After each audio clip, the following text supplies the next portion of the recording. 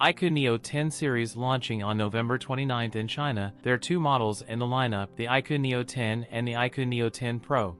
This is the first look iQOO Neo 10 series orange and white dual-tone color, and it's come in 3 colors. iQOO Neo 10 will be powered by the Qualcomm Snapdragon 8 Gen 3, iQOO Neo 10 Pro will be powered by the MediaTek Dimensity 9400 chipsets and the Q2 supercomputing chip for an enhanced gaming experience. Both devices have 16GB of RAM and Android 15, with Origin OS 5 on top and up to 1TB of UFS 4.0 storage. Both devices will have a 6.78-inch OLED panel that offers a 1.5K resolution, a 144Hz refresh rate flat display, promising an immersive visual experience with vibrant colors, and feature an optical in-screen fingerprint sensor. The iQOO Neo 10 will feature a 50MP and 50MP dual camera setup. Both models will have batteries over 6,100 mAh, come with 120W fast charging support similar to the predecessors. That's it for today's video. If you enjoyed it, don't forget to like, comment, and subscribe for more content. Thanks for watching, and I'll see you in the next one.